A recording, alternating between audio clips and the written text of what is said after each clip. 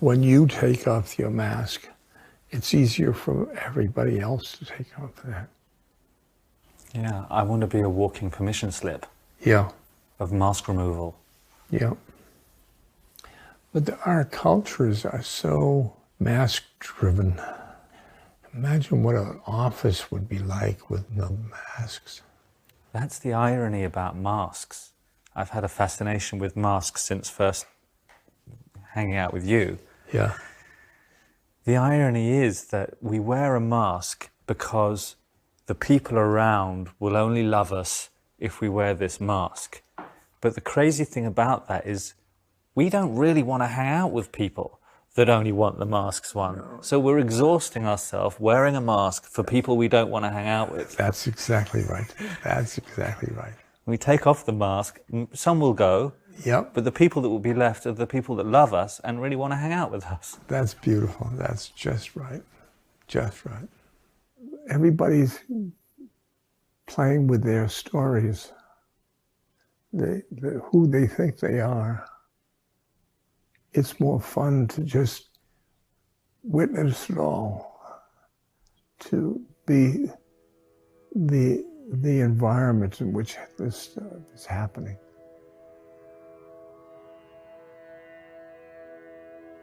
We are living at a time where it is now beginning to be acceptable to consider the possibility that people actually die.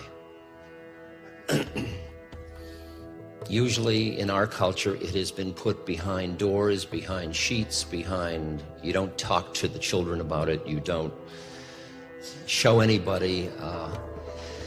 We surround people that are dying with a certain kind of falseness that comes out of our own fear. When my mother, my natural mother, was dying, and I'd watch people come into the room, all the relatives and doctors and nurses saying, "You're looking better, you're doing well," and then they go out of the room and say, "She won't live the week." And I thought, how bizarre that a human being is going through one of the most profound transitions in their life, and they're surrounded completely by deception. Can you hear the pain of that? That nobody could be straight with them because everybody was too frightened. Even the rabbi, all of them, everybody. And for me, who has grown up in that culture, it was quite an experience when I started to live in India, where when somebody dies, they are put on a pallet and then carried through the streets to the burning grounds. And the death is public for everybody to see. The body is right there. It's not in a box. It's not hidden. Most people are dying at home, so that most people, as they grow up, have been in the presence of someone dying. While in our culture, an amazing number of people, even at middle age, have never been in the presence of someone dying. They have walked away from it and hidden from it.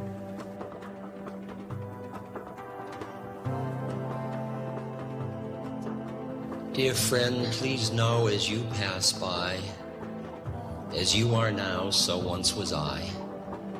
As I am now, so you will be. Prepare yourself to follow me. And we are preparing ourselves.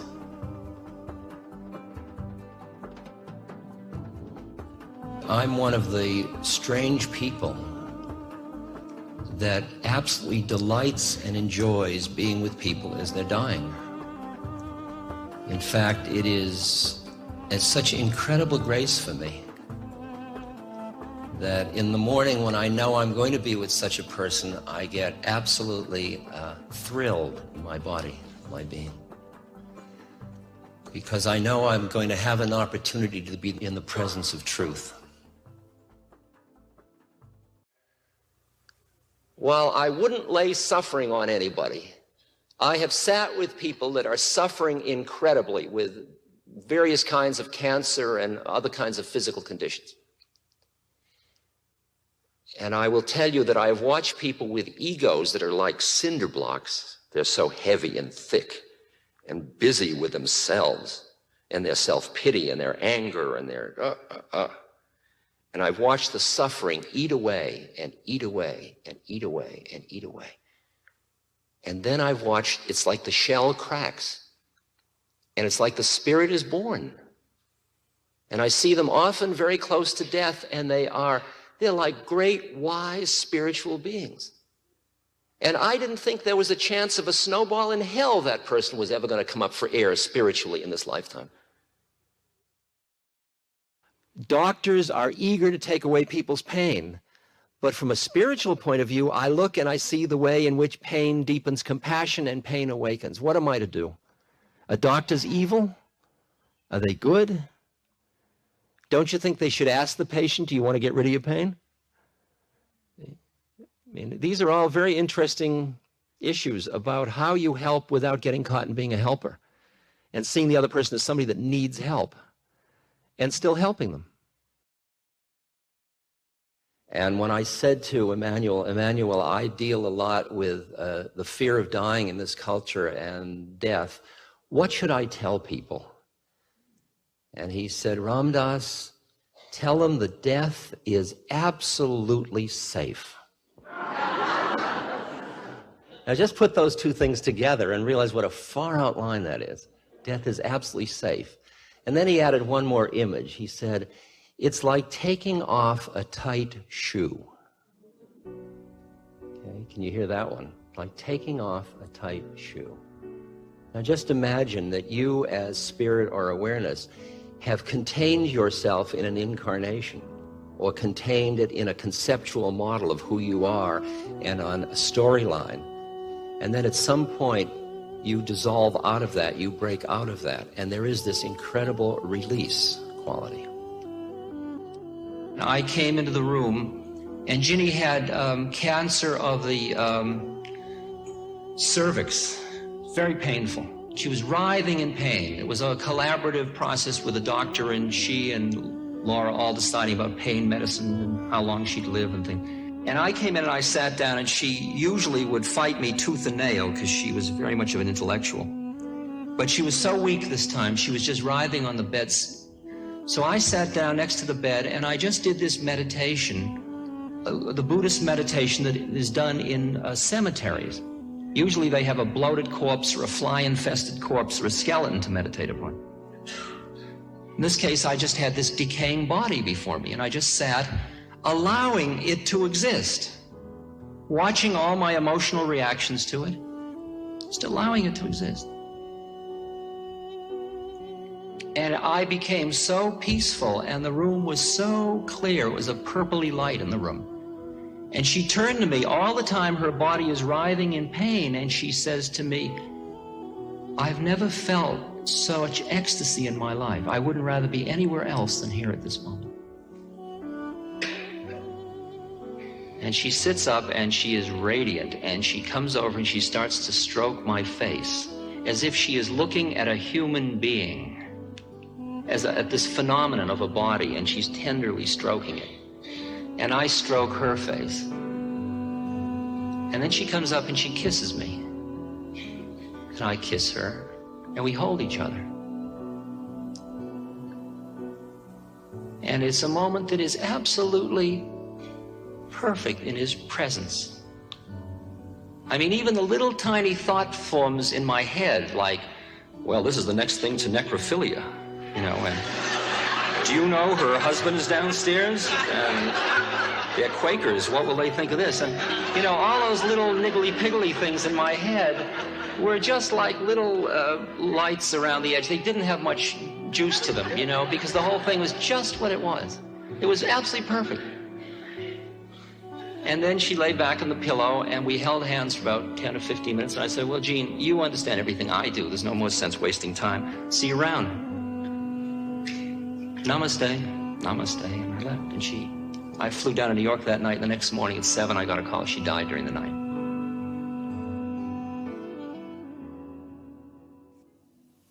The more you are aware of the spiritual nature of life, the more you see the moment of death as a moment for release, for taking off the tight shoe.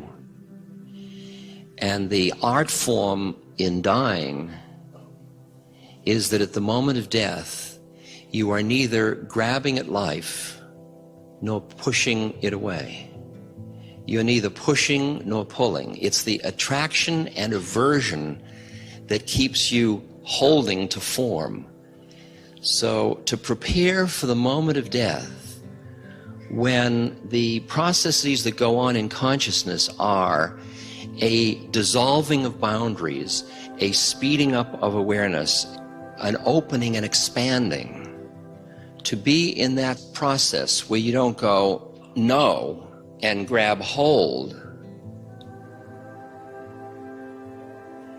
one prepares. One prepares for the moment of death.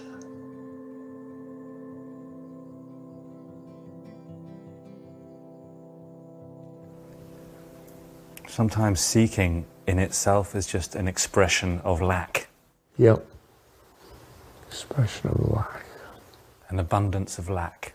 So abundant. Abundance of lack. His Royal Majesty, the abundance of lack. Abundance of lack.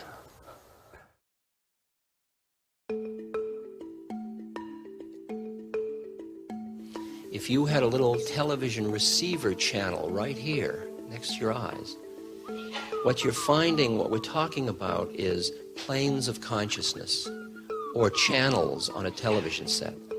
And most of us, most of the time in this culture, act as if we have a 1 or 2 channel set. We don't have cable. And today we're talking about cable. We're talking about acknowledging all these other channels that are floating around in the room, but we're not picking them up because we don't know how to tune our receiver. That's basically what this is about. So on the first channel, when you look at another human being, you see old, young, dark, light, fat, thin, etc. You see physical body. And if you're obsessed with your physical body, that's what you see when you look in the world, other people's physical bodies. That's the channel you're on. If you flip one channel, then you're in the psychosocial realm. You see power, and you see happiness and sadness and neurosis, and it's the therapy channel. It's the social role channel. It's where there are mothers and truck drivers and all lawyers and all the different roles and identities, all the social stuff. And that's all a channel, and that's as the world turns, and it's a never-ending source of fascination. I mean, it just goes on and on and on and on. Most people are happy with channel 2. In channel 1 and 2, about 98% of the people you've ever known are busy with those 2 channels all the time. If you flip to the next channel, you go behind all those individual differences, and you just see another soul just like you that has all that packaging that's different than you, but is just another being just like you. That's when you say, are you in there? I'm in here. How'd you get in that one? Now, our predicament is that as long as you're on channel 1 and 2, you are afraid of death. And as long as you identify with that which dies, there is always fear of death, because it's the fear of cessation of existence. Until you are rooted in these other levels of reality, that gives you a perspective about death that allows you to see death as a transformation of things which change.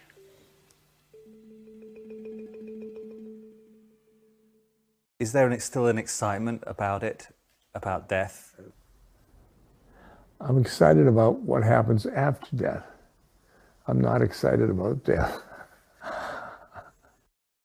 In your language, my incarnation has been using your incarnation for certain things. Like the first time I met you, I had probably realized that I wasn't going to get the male transmission from my father. I realized that I didn't want to take my leave of you so abruptly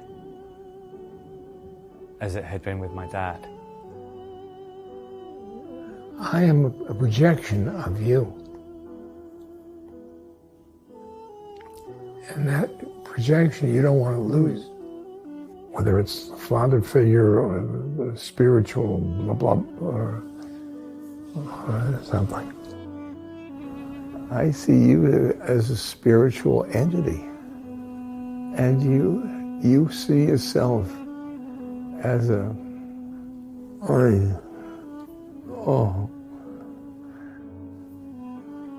you're a great son. I saw your soul. It's beautiful. The rest of you, but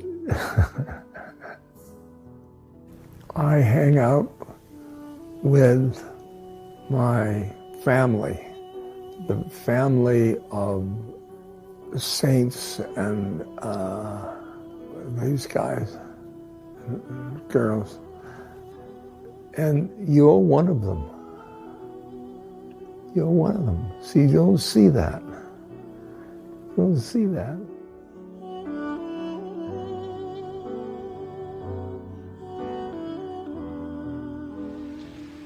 I'm talking about the places you get to where you start to become able to live your life in a way that is harmonious with what you know on all these other planes. You literally die into service. You die into the plane of reality where you see that a starving person or a dying person or a hungry person or a frightened person is you. It's not her or him or them. You die in your separateness. The whole trip of what's good for me, what do I want, what do I need, what do I want, just becomes less interesting. And at that moment, that's where the power is. That's where the power is that changes the universe. When you can make yourself into zero, then your power is unbelievable. You are an irresistible force where there is no high and there is no low and there's no judgments and there's no opinions. There's no good and there's no bad. You merely are part of it.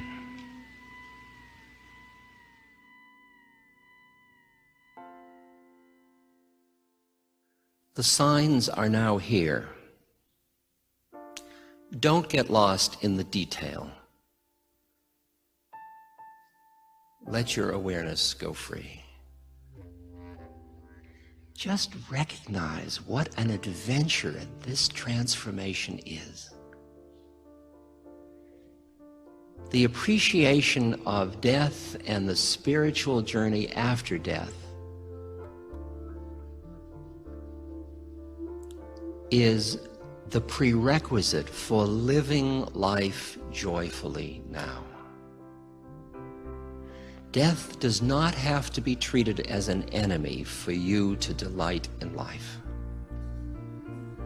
Keeping death present in your consciousness as one of the greatest mysteries and as the moment of incredible transformation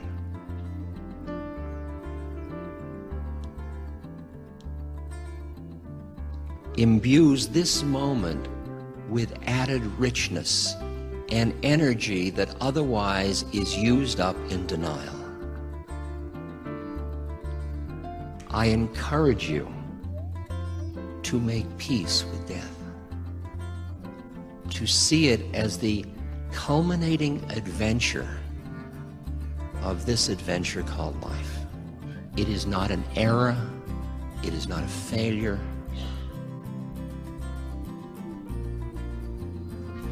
It is taking off a tight shoe, which you have worn well.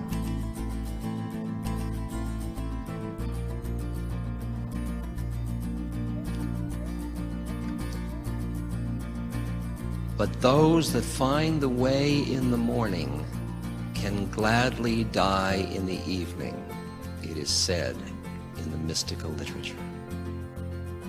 So I encourage you to explore and find in your being that part of you that is on those other channels,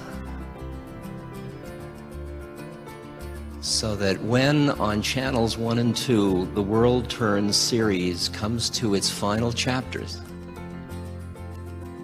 you won't be caught in feeling loss, but rather the adventure. Because from where I'm sitting, life on this plane of reality, because I live in the world of reincarnation, of karma, of life on this plane, is like being in the 4th grade. You took birth here because you had certain work to do that involves the suffering you do, the kinds of situations you found yourself in. This is your curriculum. It's not an error. Where you are now with all your neuroses and your problem, you're sitting in just the right place. Imagine that. Imagine that. Nobody made an error. And all that stuff in you of saying, if only I could be. No, this is it, including the if only. It's perfect. And then at the time you graduate and somebody says, oh, but he died so young. So if you graduate from 4th grade early, big deal, wonderful.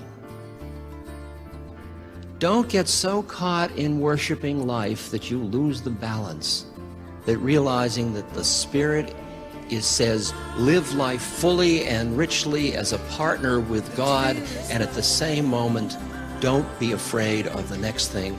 Go towards it with openness and love, and not with forbidding.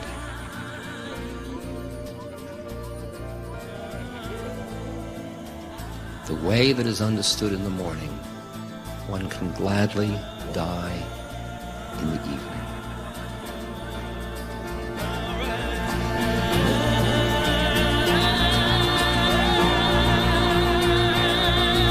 The fear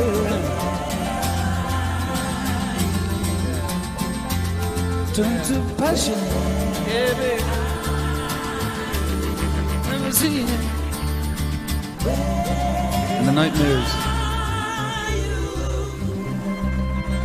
turn to rain.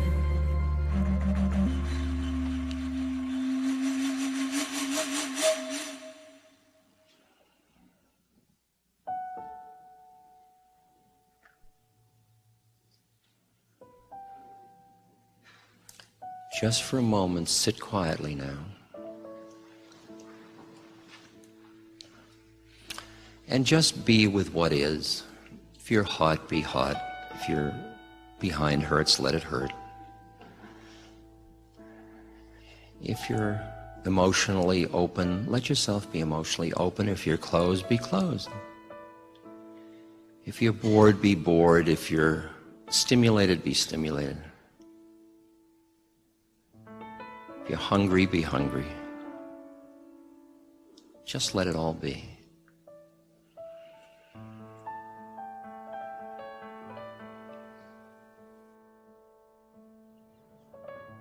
Ah, life, ah, death, ah, coming, ah, going,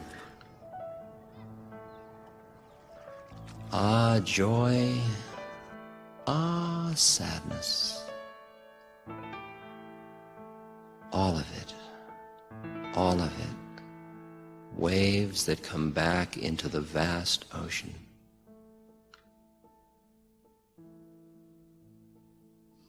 When you know that quality of your being, the ocean, the sky, the awareness, then you are free. And being free, you can dance the dance of life and the dance of death.